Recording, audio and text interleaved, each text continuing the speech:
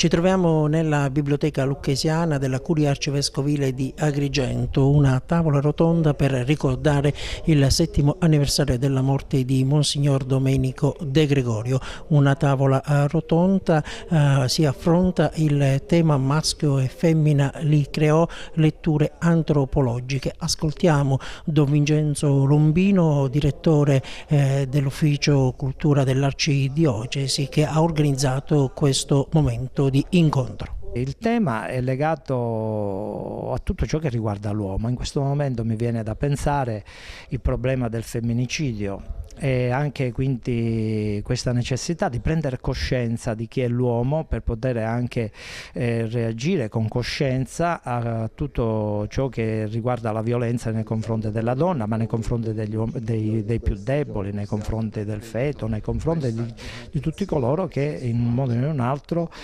soffrono violenza e che appartengono al genere umano.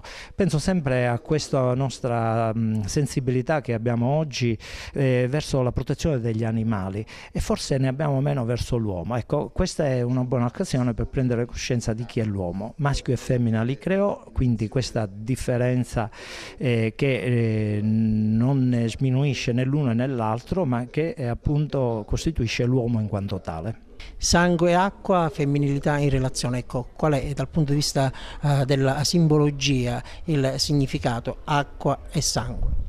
Nel tracciare una simbologia tra il maschile e il femminile che entrano in relazione, il sangue dice sempre violenza, sacrificio, quindi una mentalità che è prettamente maschile ci porta ad un modo di agire che usa la forza, il potere, la logica della legge.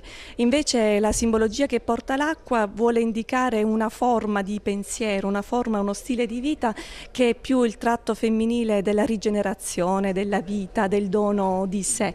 Uomo e donna nella società contemporanea, ecco, due ruoli diversi, due ruoli separati.